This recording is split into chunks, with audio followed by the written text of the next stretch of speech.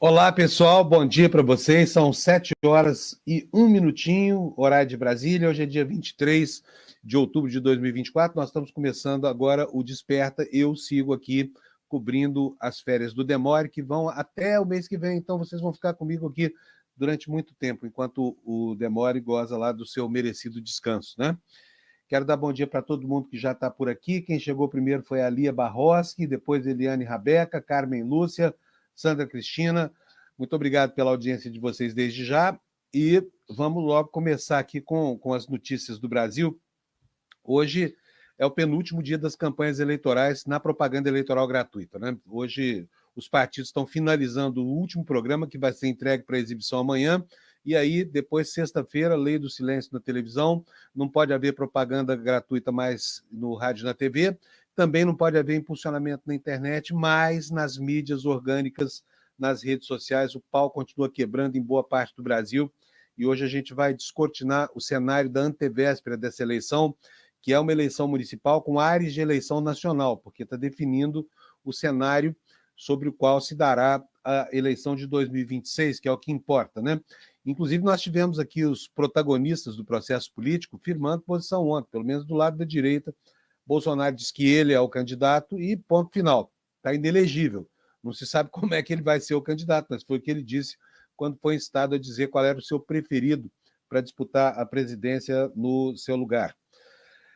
Fora isso, o presidente Lula participa por videoconferência da reunião dos BRICS, né? Já está lá o Maduro, na Rússia, chegou lá. O Brasil, com o Lula ausente fisicamente desse cenário, se poupa de ter que se colocar numa posição paradoxal, né? Mas o Brasil faz posição firme no sentido de não permitir a entrada de ditaduras clássicas latino-americanas no contexto dos BRICS, e também de permitir que a dúvida sobre o processo eleitoral e sobre o vigor da democracia acabe servindo como um salvo-conduto para o ingresso nesse colegiado. Vamos começar vendo como é que vai ser a meteorologia hoje no Brasil. Tem chuva por aí onde precisa chover. Está aí o mapa do Instituto Nacional de Meteorologia. Aqui nessa região, no sudoeste do Amazonas, em todo o Acre, vai chover forte. Tem um aviso aqui de chuvas intensas, o que não é de todo ruim, porque nós vimos aí nos últimos meses a seca devastadora do Rio Madeira, e essa chuva aqui com certeza vai ajudar as nascentes a recuperarem a vazão do Rio Madeira. Nessa área amarela aqui, que cobre todo o estado do Amazonas praticamente, o sudoeste do Pará, o norte e centro do Mato Grosso, todo o estado de Goiás e o Alto Paranaíba e Triângulo Mineiro também vai chover forte. Tem aqui alerta de chuva forte que o INEMET colocou no ar, e também praticamente todo o sul do país, exceto o extremo noroeste do Paraná, todo mundo com chuva forte, mas nessa região precisa chover mesmo, porque é aí que está a produção agrícola brasileira concentrada, né? E as chuvas estão atrasadas, o plantio está atrasado. Nós já estamos aqui em pleno mês de outubro, tem muita gente que ainda não plantou quando isso já deveria ter acontecido desde o começo do mês. Vamos para o noticiário político? Vamos, começando, obviamente, com as eleições. Eu vou colocar aqui para vocês na tela. A gente vai estabelecer agora um quadro geral aqui. Primeiro vamos falar sobre as pesquisas eleitorais, porque hoje tem pesquisa eleitoral saindo, e elas serão muito importantes para dar para a gente, né, qual é o quadro nessa reta de chegada para a escolha dos candidatos nas cidades que têm mais de 200 mil habitantes do Brasil. E está aí na tela para você, matéria do G1, eleições, Quest divulga pesquisa de intenções de voto de São Paulo e BH nesta quarta-feira. O Instituto também divulga levantamento de Fortaleza, onde o pau está quebrando lá. Gente, na internet está uma baixaria. Pelo amor de Deus, não é que a campanha do PT seja uma campanha de baixaria, mas a baixaria é o tal André Fernandes. Que coisa horrorosa que é aquele sujeito, as declarações que ele já fez. Olha, eu até nem recomendo a você, se não quiser se aborrecer, acompanhar essas denúncias, sabe por quê? Porque é coisa de baixo calão mesmo, é briga do baixo meretrício, né? Como se dizia antigamente, mas o que esse cara apronta é uma coisa impressionante. Agora, me espanta saber que alguém que se diga conservador tenha coragem tem a pachorra de depositar o voto na urna eletrônica em favor de um sujeito indecente como esse, um sujeito que, enfim, dado a todo tipo de perversão aí publicamente na internet. Então, se você mora em Fortaleza, não perca a oportunidade não, tá? Bota aí no Twitter, André Fernandes, vai vendo. Não vou colocar aqui porque não dá, sabe? Nem se tirar as crianças da sala, como dizia o meu amigo Boechat. Mas vamos voltar aqui para a matéria do G1. Ela diz o seguinte: a Quest divulga nesta quarta, a partir das 16h, pesquisa de intenção de voto para prefeito em São Paulo e BH no segundo turno das eleições municipais. Será a segunda rodada de levantamentos do Instituto após o primeiro turno, que foi realizado no dia 6 de outubro. No levantamento anterior da corrida pela Prefeitura de São Paulo, divulgado em 16 de outubro, Ricardo Nunes tinha 45 e o Boulos tinha 33, diferença de 12 pontos percentuais. Os entrevistados que disseram que votariam em branco, nulo ou que não iriam votar somavam 19%, portanto, um número ainda muito alto, né, para essa etapa final da campanha, e os indecisos eram 3%, e havia uma boa quantidade de definição de votos, girando em torno de 75% até 85% de eleitores já convencidos sobre o candidato que iriam eleger. A margem de erro da pesquisa foi de 3 pontos percentuais, está aqui. Essa aqui era essa rodada, pesquisa realizada com 1.200 entrevistados entre 13 e 15 de outubro. A gente vê aqui, olha, Ricardo Nunes em verde, né, no dia 10 de outubro com 45%, o Boulos com 33%. Mas, gente, olha, muitas informações ontem de pesquisas internas e trackings davam com clareza, e essas eram informações orientando as campanhas, uma redução na distância entre Boulos e Ricardo Nunes. Agora, a gente sabe que a qualidade, a fidelidade dos trackings não é absoluta. Ela não chega, não pode nem ser comparada à acuidade de uma pesquisa de opinião estruturada, com entrevistas presenciais e tudo mais. Mas que há, sim, um fenômeno de estreitamento da diferença entre Boulos e Nunes, isso já foi registrado, inclusive, pelos institutos de pesquisa. Nós vamos ver agora o que vai acontecer. O GGN do Nassif fez aqui uma reportagem mostrando para a gente como é que está o quadro nas principais cidades do país, e nós vamos ver aqui agora para que a gente possa se sintonizar. Afinal de contas, não é só São Paulo, né? Tem um monte de cidades do Brasil importantes aí, com importância nacional. Então, vamos colocar na tela aqui para vocês. Está aqui a matéria do GGN, cenário nacional no segundo turno, o que dizem as pesquisas nas maiores capitais do país. Vamos ver? Os maiores, São Paulo e BH, apontam para a reeleição do prefeito atual. Nas duas maiores, São Paulo, com 9.300.000 eleitores, e Belo Horizonte, com quase 2 milhões, as pesquisas mostram embates concorridos, mas com liderança dos atuais prefeitos. Nesta terça, ontem, né, o Paraná Pesquisas trouxe o levantamento mais recente da capital paulista, apresentando Ricardo Nunes com 51,7% das intenções de votos e o Boulos com 39,6%, uma diferença de 12 pontos percentuais, portanto. Na semana passada, as pesquisas mostraram que Nunes manteve a liderança, sofrendo uma pequena queda com o episódio do apagão de energia elétrica na cidade, mas Boulos não conseguiu alavancar do patamar em que estava, que girava em torno dos 30%. Em Belo Horizonte, as pesquisas mostram também uma disputa acirrada com preferência para o atual prefeito, o Fuad Noman, sobre o bolsonarista Bruno Engler, do PL. E lá também a eleição está encarniçada, né? Está uma guerra de foice lá.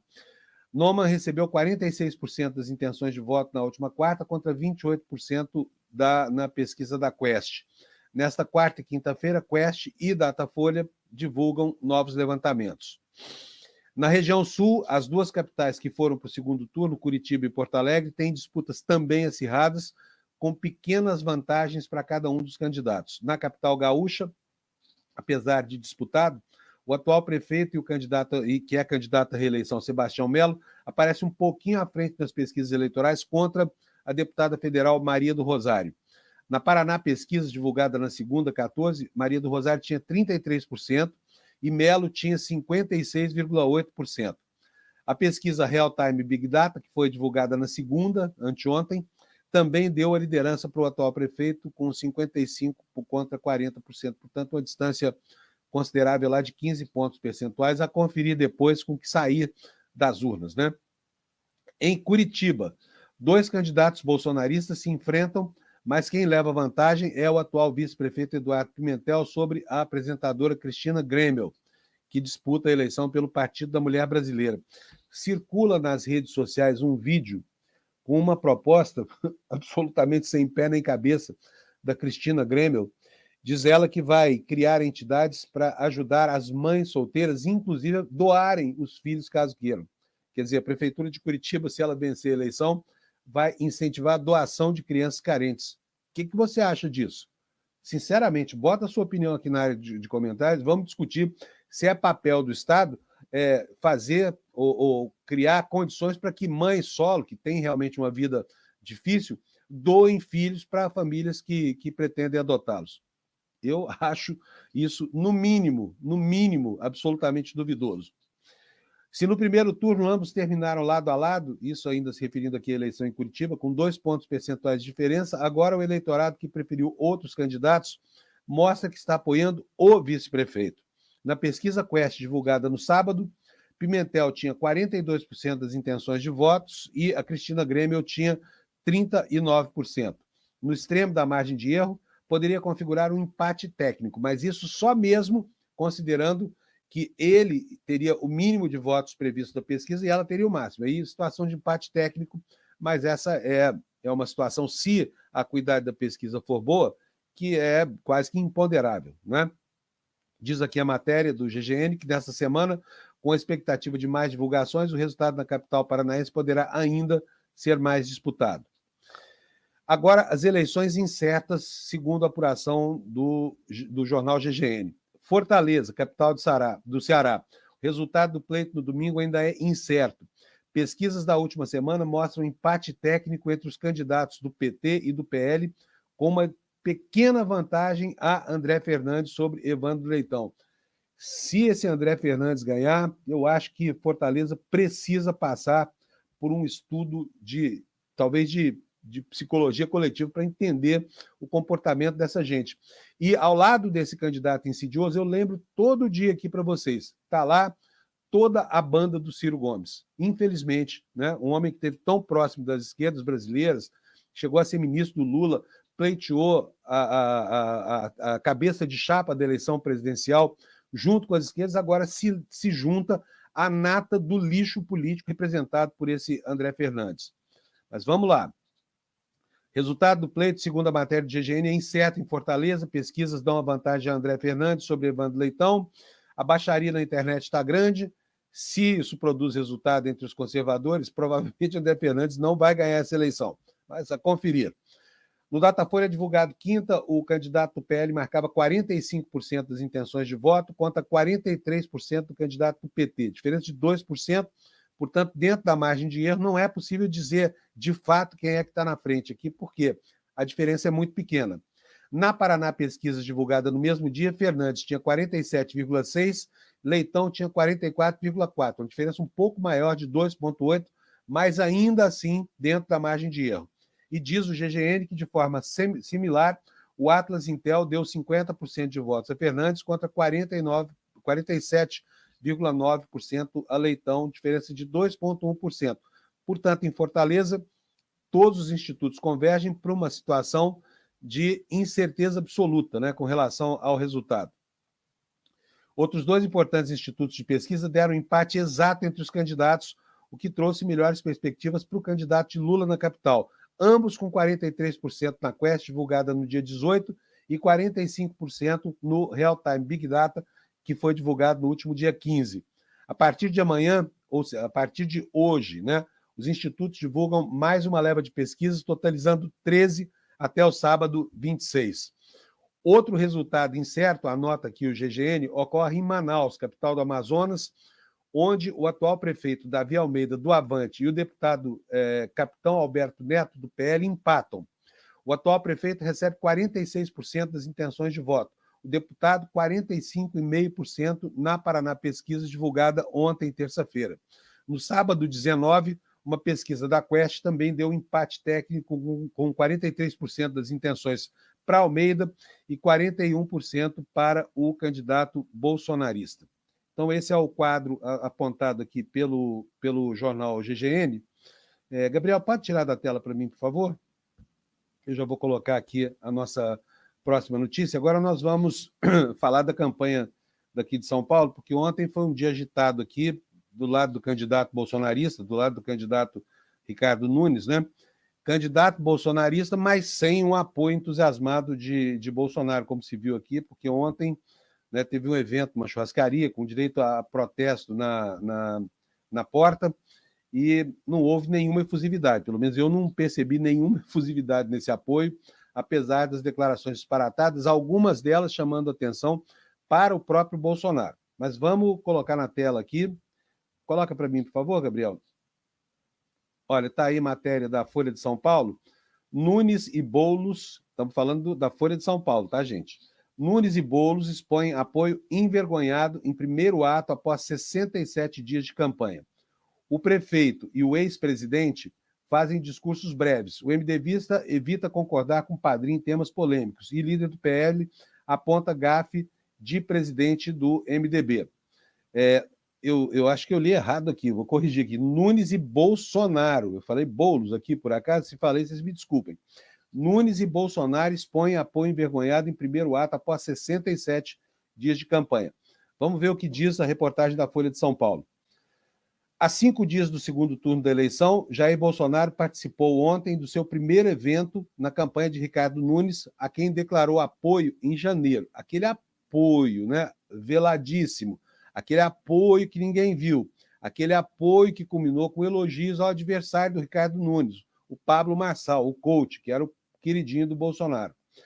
Após 67 dias do começo oficial da campanha, os dois se reuniram em um almoço com cerca de 400 empresários e políticos já convertidos na Fazenda Churrascada no Morumbi, na zona oeste de São Paulo. Com discursos breves, com acenos discretos e troca de elogios pouco efusivos, Nunes e Bolsonaro expuseram no encontro a aliança envergonhada que marcou a relação entre eles nos últimos meses. Mais tarde, os dois gravaram um podcast que vai ser usado nas redes sociais da campanha, e participaram durante a noite de um culto na Igreja Sara Nossa Terra, antes de irem jantar em uma pizzaria. Portanto, foi um dia de regabofe. Devem ter engordado um bocado, né, Bolsonaro e o atual prefeito de São Paulo. Bolsonaro, Nunes e Tarcísio de Freitas chegaram juntos à churrascaria por volta das 12h45, vindos do Palácio dos Bandeirantes, onde o governador hospeda o ex-presidente. Do lado de fora, manifestantes de esquerda fizeram um protesto contra a presença do ex-mandatário. Além de Tarcísio, que foi saudado pelos presentes no almoço como aquele que mais se dedicou à reeleição de Nunes, poucos elementos ligavam o ex-presidente ao prefeito. Foram dedicados cerca de 2 minutos de um para o outro em discursos meramente protocolares, anota aqui a Folha de São Paulo. Ambos falaram sobre a renegociação da dívida do município com a União em 2021, que é praticamente a única experiência comum que dividem antes da aproximação para a eleição desse ano. Bolsonaro e Nunes também responderam da mesma forma quando questionados pela imprensa sobre a ausência do ex-presidente na campanha, atribuindo a visita tardia ao excesso de viagens do líder do PL pelo país na tentativa de eleger prefeitos. O Bolsonaro, no primeiro turno, foi a 57 cidades diferentes, né? E pouco passou por São Paulo. Os bolsonaristas daqui, inclusive, ficaram bastante irritados com isso. Né? Prossegue aqui a reportagem da Folha de São Paulo. Eles também mencionaram que o apoio foi manifestado anteriormente de outras formas, por meio da presença de Bolsonaro na convenção do MDB no início de agosto e da indicação dele para a vaga do vice, que foi ocupada, como se sabe, pelo policial bolsonarista Ricardo Melo de Araújo. Aspas aqui. O que tinha que ser feito da minha parte foi feito, disse Bolsonaro sobre a campanha paulista. Aspas de novo. Você está colaborando muitas vezes de forma mais distante. O Melo Araújo é o candidato aqui a vice, disse ele. Só pode fazer o gol se alguém passa a bola.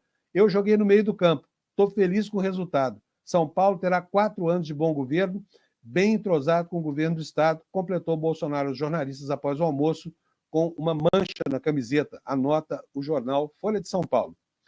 Por um lado, houve resistência de Bolsonaro a embarcar, pressionado por seu público, que preferia Pablo Marçal do PRTB. Mas, de outra parte, o próprio MDB queria se preservar das polêmicas e da rejeição do ex-presidente, elegendo como mote de campanha o discurso sobre a cidade e a gestão, ou seja, tentou o MDB deixar a polarização fora, o que foi impossível com a presença do Pablo Marçal, que inclusive obscureceu e até protegeu, né? Por que não dizer, o Ricardo Nunes da sua própria falta de capacidade de debater, que é pública e notória nos debates que depois acabaram acontecendo agora no segundo turno. Voltando aqui ao assunto da reportagem da Folha, o almoço ontem, a churrascada, o jornal diz que ele foi marcado pela presença de vereadores e deputados bolsonaristas, pela falta de entrosamento dos dois mundos, e isso chegou a ficar aparente. Ao discursar no palco, Bolsonaro disse que o presidente do MDB, Baleia Rossi, havia cometido um erro grave ao saudar Michel Temer como o melhor presidente do Brasil.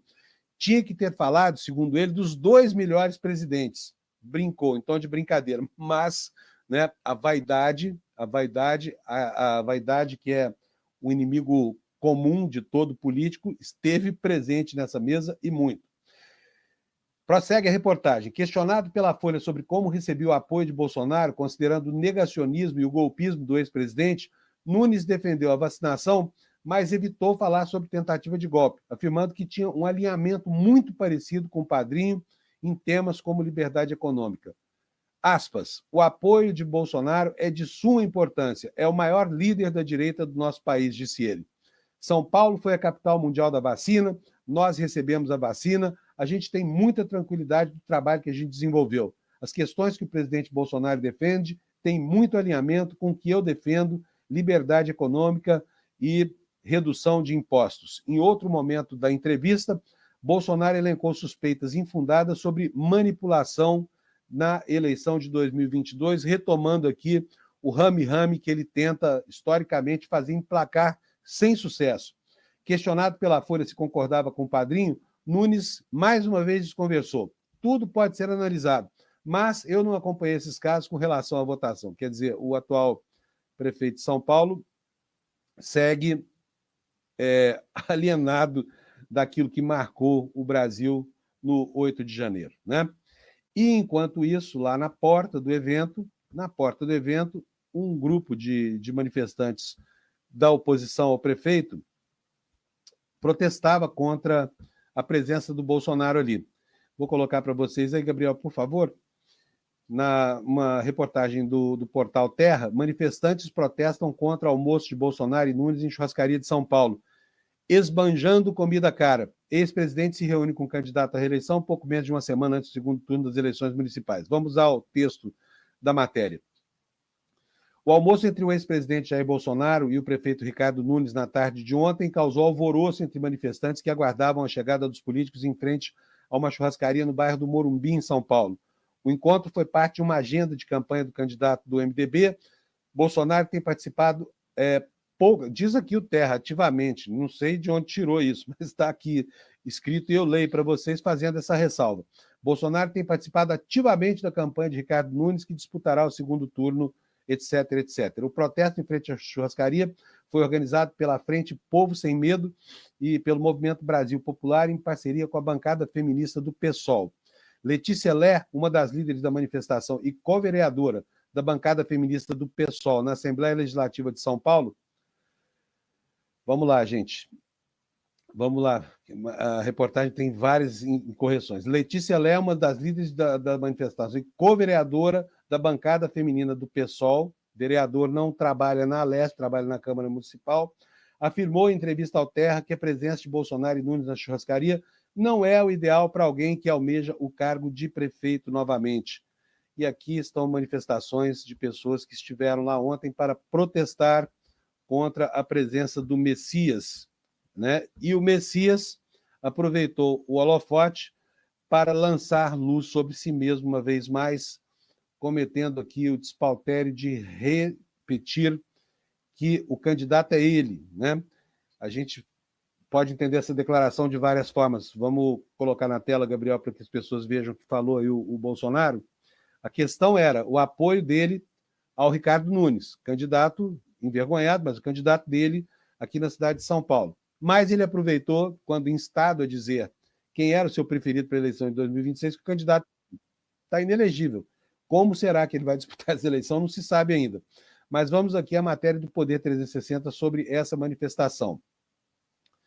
O ex-presidente Bolsonaro disse nesta terça-feira que será o candidato da direita na eleição presidencial de 2026. Ao ser questionado por jornalistas sobre quem é o seu favorito para o pleito, o antigo chefe do executivo afirmou que era o Messias.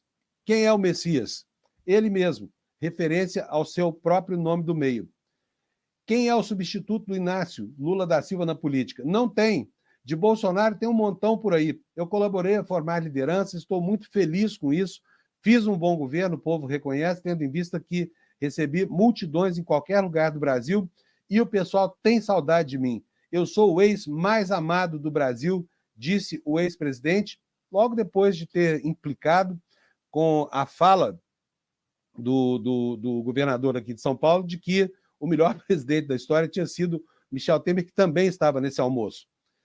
Bom, a declaração foi feita durante um evento da campanha do prefeito de São Paulo, candidato à reeleição, que também contou com a presença do governador paulista do Republicanos. Antes da fala de Bolsonaro, Tarcísio havia sido questionado sobre se sairia candidato em 2026. Disse que o seu candidato para a próxima eleição é o ex-presidente, que está focado agora na campanha de Nunes. O ex-presidente, porém, está inelegível, lembra o portal Poder 360, e não se sabe como, mas deseja sim ser candidato.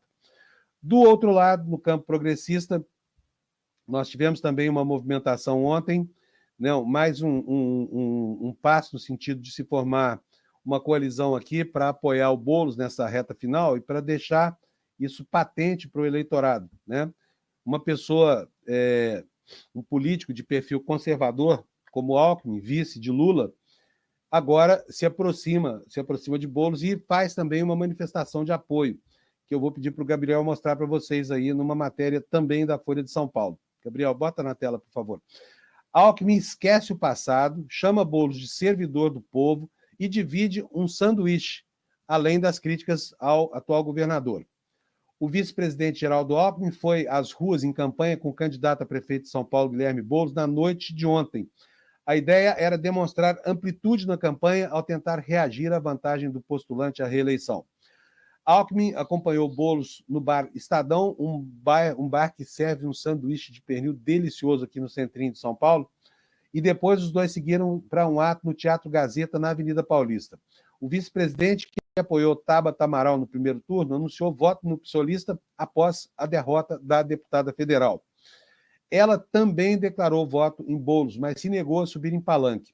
Alckmin, visto no entorno do deputado federal como uma peça importante para acenar a segmentos mais moderados, foi o principal convidado do evento do teatro, cujo objetivo foi demonstrar diálogo para além da esquerda. E olha aqui, ó, aqui está a foto dos dois mandando ver aqui no sanduba lá do Estadão.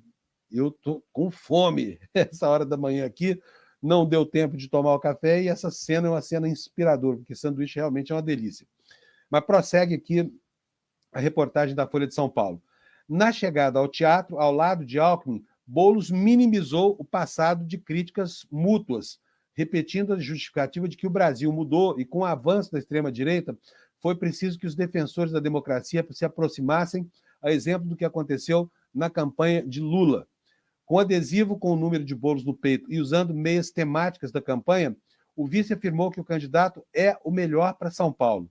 No discurso, fez coro ao discurso de que 70% da população votaram pela mudança no primeiro turno e criticou Nunes indiretamente. Abre aspas. Tem gente que se elege para servir. Ele, Boulos, é um servidor do povo. Quando o Boulos pede voto, ele pede uma oportunidade de servir a quem mais precisa, enxergar e trabalhar para melhorar a vida das pessoas, disse o vice-presidente, reiterando que ele é quem pode avançar mais em várias áreas, inclusive a da gestão. Aspas novamente. Esse governo que está aí, em 2021, teve um superávit de 3 bilhões. No ano passado, fez um déficit de mais de 6 bilhões, déficit primário. E esse ano vai ser pior ainda. Os fins não justificam os meios. Quebrar o governo para tentar ganhar a eleição é subestimar a inteligência e a capacidade de julgamento das pessoas, afirmou Alckmin, sem mencionar Nunes. Agora, gente, fala a verdade. Essa é uma cena, né, que a gente não imaginava que veria, né? Esse tipo de de coligação. Só mesmo num contexto em que Lula é o presidente da República que isso aqui é possível, né?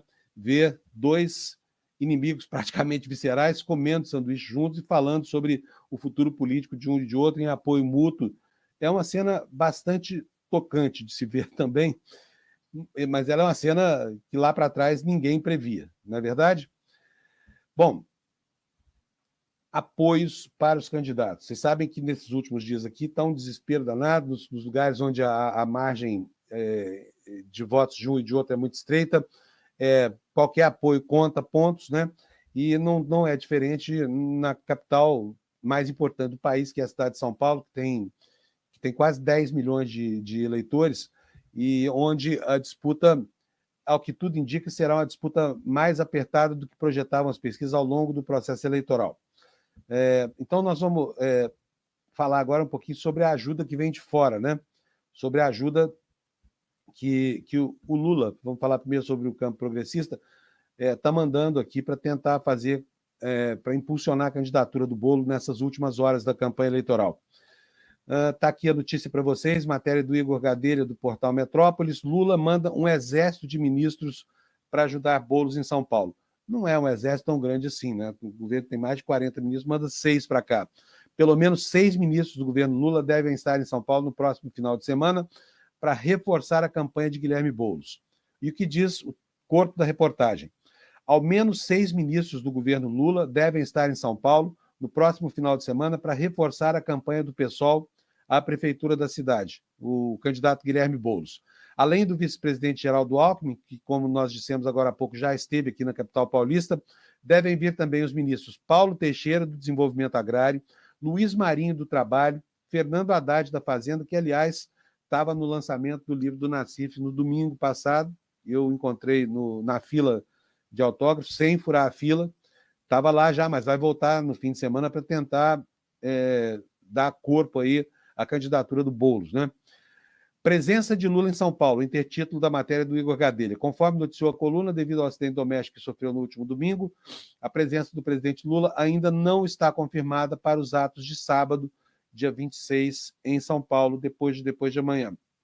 O que está combinado por enquanto? O que está combinado entre eles? Pelo menos a participação de Lula em uma live ou um podcast ou algo parecido na campanha de Boulos. Mas houve vários problemas aí que acabaram impedindo a participação direta de Lula, que tem um manancial de votos, principalmente na zona leste da cidade de São Paulo, que geograficamente é um lugar muito importante para o campo progressista, mas choveu no dia em que eles deveriam ter feito 2 carreatas, não foi possível. Já havia críticas internas de que a participação de Lula era muito tímida, que ele tinha preterido o candidato coligado ao PT, já que Boulos é do PSOL, não do PT, alegando compromissos internacionais, compromissos fora do Brasil, e que, portanto, não poderia ter tido uma participação maior. Mas houve muitas reclamações sobre isso, tá? Muitas reclamações mesmo. Vamos para o próximo assunto agora, porque a direita também está mandando os seus teleguiados para apoiar candidatos nos locais que são considerados fundamentais para os projetos do bolsonarismo, né? E na nossa tela aqui você vai ver agora que aí, olha, Jair e Michele Bolsonaro reforçam campanha de Fred Rodrigues em Goiânia. O candidato do PL disputa o segundo turno com Sandro Mabel, do União Brasil, que é apoiado por Caiado. E aqui, em Goiás, como vocês sabem, há um racha, né? Entre o bolsonarismo e o caiadismo. O Ronaldo Caiado, que nunca foi mesmo muito ideologicamente, talvez, mas pragmaticamente próximo de Bolsonaro, até porque divergiu na pandemia com relação àqueles ataques à vacina, agora há um cisma completo ali. O Ronaldo Caiado apoia o Sandro Mabel e o Fred Rodrigues, candidato do PL, é apoiado pelo bolsonarismo. E lá em Goiás, isso tudo acontece como reflexo já daquilo que se prevê para 2026, uma vez que Caiado se esforça para ser o legatário do espólio de Bolsonaro, que ele não acredita que disputará as eleições. Mas vamos à matéria do Valor Econômico, vocês já viram aqui a manchete, né? O reforço, Jair e Michele vão cair matando lá em Goiás, E diz aqui o Valor Econômico. O candidato bolsonarista buscando derrotar Sandro Mabel, apoiado pelo governador Ronaldo Caiado, contará mais uma vez com o apoio do casal Jair e Michele Bolsonaro na última semana da campanha para a Prefeitura de Goiânia. Os dois estarão na capital goiana na quinta-feira, 24, e amanhã, portanto, né, e no domingo, 27. Então está aí anotado a presença de Bolsonaro lá em Goiás. Segundo o Valor apurou com fontes da campanha, o ex-presidente estará em Goiânia no próximo domingo para acompanhar Fred Rodrigues na votação e deve permanecer durante a apuração também lá em Goiás. Além do ex-presidente, o candidato do PL vai estar acompanhado do deputado federal Eduardo Gayer, do PL, que é o principal articulador da campanha de Fred, e também do senador Wilder Moraes na ida à cabine de votação. Antes disso, na próxima quinta-feira, a ex-primeira-dama Michele Bolsonaro vai comparecer a um evento de campanha de Fred. A participação do casal na reta final do primeiro turno foi considerada decisiva para o avanço de Fred Rodrigues, que saltou em uma semana do 4º lugar nas pesquisas para terminar em primeiro lugar com 31,14% dos votos. Por isso, a força do bolsonarismo é a grande aposta da campanha do PL. A estratégia é mirar o eleitor de direita, que tem optado por Sandro Mabel, apoiado por Caiado, que contou com a preferência de 27,66% dos votos na primeira volta da disputa. A campanha de Fred Rodrigues rechaça buscar os votos da terceira colocada, a deputada federal Adriana Corsi, que teve 24,4% dos votos no primeiro turno. A aposta, nesse caso, é uma grande abstenção a conferir dos eleitores da esquerda. E fontes da campanha de Fred Rodrigues afirmaram ao Valor que Bolsonaro deve voltar a subir o tom contra Caiado na reta final, em mais um episódio desse em que a gente fica mesmo torcendo pela briga. Na última vez que esteve em Goiânia, no dia 11, Bolsonaro chamou de governador rosnador. Ressaltou o fato de União Brasil ter ministérios no governo do presidente Luiz Inácio Lula da Silva. Portanto, está aí Bolsonaro lá em Goiás, tentando fazer colar a pecha de comunista num dos maiores líderes da direita brasileira há décadas, que é o Ronaldo Caiado, fundador da UDR, né? Um dos próceres mais importantes e mais em evidência na era pré-Bolsonaro. Diante da aposta do PL na narrativa de ligar a candidatura de Mabel ao PT, sugerindo que o candidato buscou apoio no partido de Lula, Caiado reagiu com um vídeo nas redes sociais em que nega a articulação em busca de acordo petista para a eleição municipal. Ele disse o seguinte: nossos adversários vêm disseminando fake news a meu respeito, dizendo que estou buscando uma aliança com o PT em Goiânia.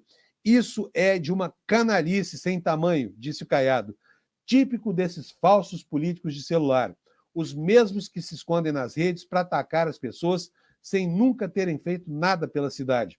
Vocês me conhecem. Primeiro, não sou recém-convertido à direita. Nunca votei no Lula, ao contrário do nosso adversário, afirmou o governador, em referência a Fred Rodrigues ter afirmado que votou em Lula em 2002. A estratégia, segundo fontes da campanha de Mabel, é jogar parado e, naturalmente, capitalizar os votos que foram para a candidatura do PT no primeiro turno. Ou seja, não fazer nenhum esforço para que elas venham. Porque, aliás, essa foi uma preocupação em vários lugares do Brasil, viu? Em Uberlândia mesmo, na minha cidade, a pecha de comunista que colou em um candidato da direita, Leonídio Bolsas, acabou atrapalhando em muitos planos de eleição desse candidato, né, que ficou conhecido lá porque indicou alguns secretários numa gestão do PT que aconteceu até o ano de 2012. Segue a matéria do Valor aqui. A estratégia, segundo fontes da campanha de Mabel, é jogar parado, capitalizar os votos naturalmente que foram da campanha do PT no primeiro turno. A avaliação é de que o candidato do PL é naturalmente rejeitado pelo eleitorado de esquerda e que Mabel, apesar de representar também a direita, tem uma postura mais ao centro e defende pautas que conversam com o eleitor mais progressista. Esse é o quadro lá na eleição de Goiás. Gente, São Paulo tinha previsto para o fim de semana passado mais uma borrasca. Ela acabou não acontecendo, estava previsto para sexta-feira, não veio vendaval. No sábado caiu uma chuvinha leve. Mesmo assim, muitos imóveis, centenas de milhares de imóveis ficaram sem luz. Mais de 300 mil imóveis voltaram a ficar sem luz em São Paulo por causa de uma garoinha, né? E hoje ficamos sabendo que a Enel anda buscando, adivinha, diminuir ainda mais a responsabilidade das concessionárias elétricas, dela mesma, portanto, né, durante eventos que tenham como causa fatores climáticos. Quer ver só a notícia aqui que eu vou ler para vocês? Olha, e isso tudo ainda faz eco hoje na campanha, embora o apagão tenha ficado relegado a um segundo plano, né? Porque hoje as denúncias estão muito em cima da família do Ricardo Nunes, dos negócios do Ricardo Nunes, de transações financeiras em que Ricardo Nunes recebeu benefícios para sua empresa e para si próprio, de empresas que alugavam imóveis para as creches de São Paulo, que ele parou de construir e passou a constituir em prédios alugados. Mas vamos voltar ao assunto central aqui dessa matéria, porque eu gostaria de dar a vocês conhecimento disso. Olha, a Enel tentou barrar um aumento da responsabilização das concessionárias, aqui complementando o título da Folha, em eventos climáticos. A empresa defende em consulta pública alternativas a penalidades, como prêmio para ações com impacto positivo. Ou seja, ao invés de ser punida pela bagunça que acaba promovendo por não prover a infraestrutura necessária para consertar o que as árvores do Ricardo Nunes destroem, eles agora querem ser premiados quando agirem direitinho. Bonitinho isso, não é? Que coisa linda isso. Vamos ver aqui a reportagem da Folha de São Paulo. A Enel, distribuidora de energia que atua em São Paulo, tenta barrar na discussão sobre as novas regras do setor a ideia de aumentar a responsabilização das empresas de energia em eventos climáticos extremos. A empresa foi intimada anteontem em um processo que pode levar, inclusive, à perda do contrato, justamente por sua conduta em um temporal na capital paulista neste mês. A discussão sobre eventos climáticos, que tendem a ser cada vez mais frequentes e intensos, o que coloca em risco a entrega do serviço, é central nesse processo de revisão das normas do setor e deve influenciar o formato dos futuros contratos do segmento, que valerão pelos próximos 30 anos. A empresa, controlada por acionistas italianos, emitiu posicionamento sobre o tema em uma coleta de opiniões promovida pela ANEEL, a Agência Nacional de Energia Elétrica, durante este ano. Para argumentar contra a maior responsabilização da concessionária ou das concessionárias nessas novas regras, ela citou uma lei de 1995 que afirma que não se caracteriza como descontinuidade de serviço a interrupção em situação de emergência. Aí vocês imaginam se essa lei já vigorasse com esse vigor todo na isenção de responsabilidade. O que teria sido do temporal de São Paulo? O paulistano teria que ter reclamado do Papa, né? Ou reclamado com o Papa, porque menos responsabilidade do que ela assumiu na prática nesses episódios é quase impossível. Foi uma semana de muito sofrimento para a cidade, com prejuízos bilionários aqui de mais de 1 bilhão e 600 milhões de reais só para o comércio, sem falar da comidinha que estragou na geladeira da casa de milhões e milhões de pessoas. Vamos lá, abre aspas. Eventual revisão das classificações a respeito das interrupções de fornecimento não poderá, por força da legislação vigente, imputar responsabilidade por interrupções decorrentes de eventos extremos e situações de emergência às concessionárias de distribuição, afirma a Enel na tomada de subsídios dessa audiência pública. A empresa também cita países que têm uma interpretação mais flexível do que pode ser considerado caso de força maior, situação imprevista e inevitável que impossibilita o cumprimento de obrigações. A Enel diz que, na Itália, por exemplo, não é necessário uma entidade pública declarar a existência do evento extremo. O agente regulador italiano, diz a companhia, considera como suficiente a verificação feita pela distribuidora, devidamente embasada em uma declaração técnica e meteorológica de alguma instituição especializada e possivelmente contratada pela própria distribuidora. Ou seja, diz a Enel que lá na Itália, por exemplo, no caso de um apagão como esse que ela provocou com a sua inépcia aqui em São Paulo, ela mesma declararia se aquilo foi um evento climático extremo ou não. Contrataria uma entidade meteorológica privada e tudo certo. Está livre da responsabilização e tudo mais. Aliás, a responsabilização é outra questão complicada, porque até agora não houve punição nenhuma aplicada a essa empresa deficiente, inepta e incompetente que deixou a cidade na mão e certamente deixará de novo no primeiro vendaval que aparecer pela cidade. Aí prossegue a reportagem. A empresa também se mostra contrária à mudança de regras voltadas para indenizar o consumidor em caso do tipo. Não quer indenizar ninguém, pela sua própria incúria. Abre aspas. Estabelecer regras de compensações para ocorrências originadas em eventos extremos, quer seja por eventos climáticos extremos ou por interrupções por situação de emergência, não é pertinente, uma vez que as interrupções originadas por esses eventos estão fora da gestão das distribuidoras, visto que totalmente decorrentes de eventos inesperados, diz a Enel, como se fosse razoável não esperar que eventos climáticos aconteçam com frequência cada vez maior, não é verdade? Portanto, a Enel está aí tentando, uma vez mais, se livrar da responsabilidade pelas bobagens que faz, né? Pela incúria na prestação do serviço, pela redução das suas equipes de emergência, para atingir esse tipo de contingência. Mudando agora de assunto, vamos passar para a área jurídica e para as encrencas políticas que giram em torno da autonomia dos ministros do Supremo Tribunal Federal e principalmente dessa tentativa da extrema-direita brasileira de estabelecer um novo rito para o impeachment de ministro do Supremo como uma forma de punição por várias coisas, não só pelo julgamento dos próceres lá do 8 de janeiro, mas também pela atuação destacadíssima do ministro Flávio Dino, que cortou o barato das emendas PIX, né, que faziam a alegria e a farra dos políticos. Na tela para você, uma matéria do Estadão, que diz que os bolsonaristas estão querendo ver o ritmo do impeachment de ministros do Supremo Tribunal Federal, agora por causa de uma fala do ministro Gilmar Mendes.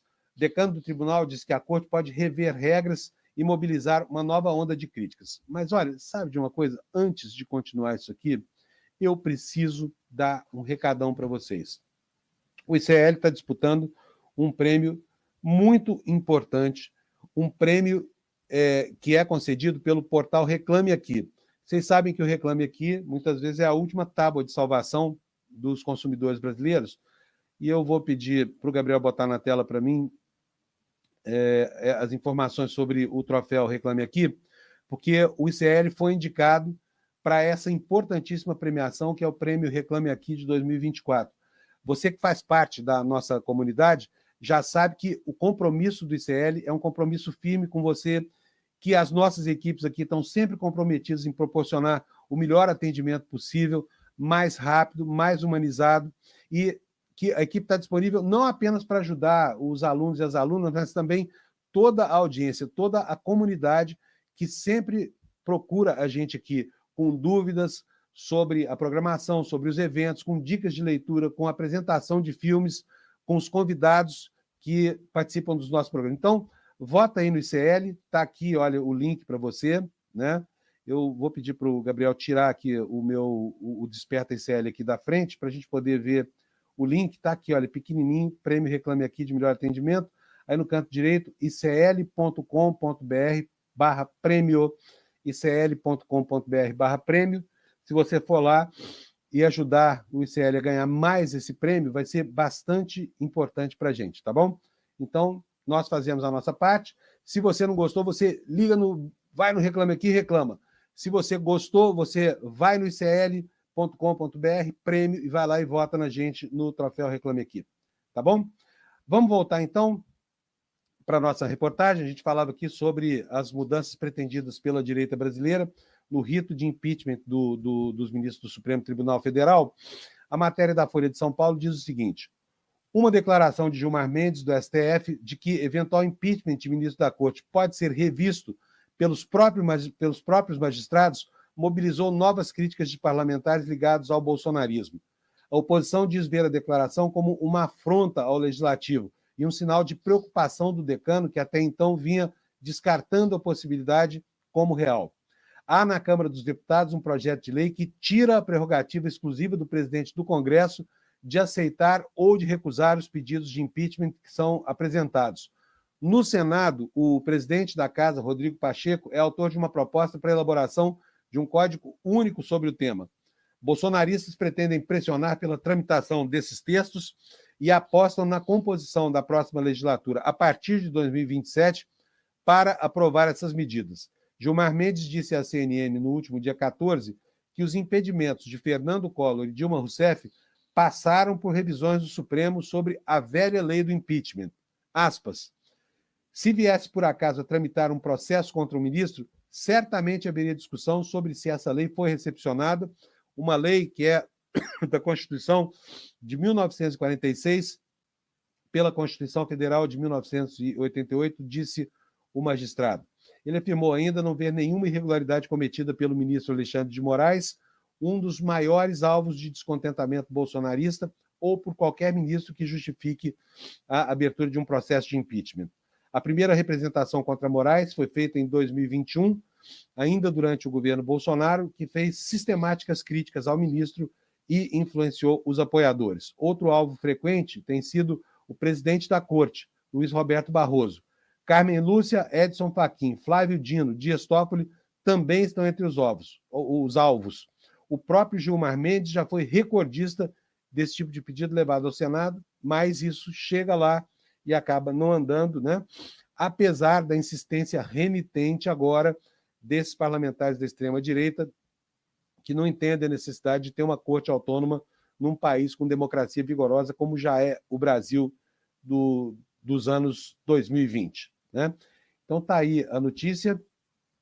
E agora nós vamos ver, vou mostrar para vocês aqui um assunto, um levantamento da agência pública, que mostra como é que a proximidade política acaba trazendo vantagens para os grupos empresariais que se acercam de determinadas vertentes ideológicas. Né? A matéria está aí, olha, no site da agência pública, matéria de hoje. Grupos empresariais de direita direcionam verbas da reconstrução do Rio Grande do Sul. Ou seja, dinheiro que sai do bolso do contribuinte acaba sendo direcionado para quem pode lucrar, inclusive, com essa tragédia. Vamos ver o que diz a reportagem da agência pública.